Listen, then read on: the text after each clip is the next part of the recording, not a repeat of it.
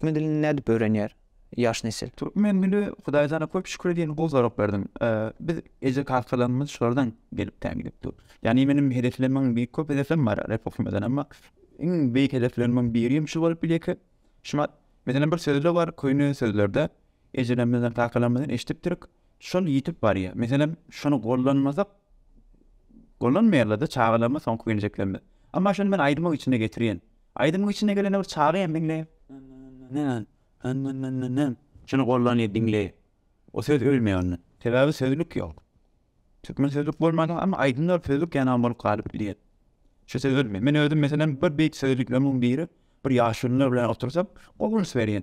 Bir köýnü söz gollanýar, toňa düşünýän bolýar diýip. Biljek bolýan. Sebäbi şu ýaşlylarymyň öýdýän bir altyn ýanyk. Şuan tejrübeleri, sözler, şuları bilmemiz, keplerini dinlememiz gerek. Aydın mesela gollanacak bolýar. Mesela bir kol sözü, bir agyr söz, ya köýne sözü bolsa getireýin. Sebäbi şunu ölse-de, aýrylsa-da biz ýaşly, ýene näçe ben özümüz ýaşly. Biz de şunu gollanmasak, soňuza taryhyna mitip gidýär.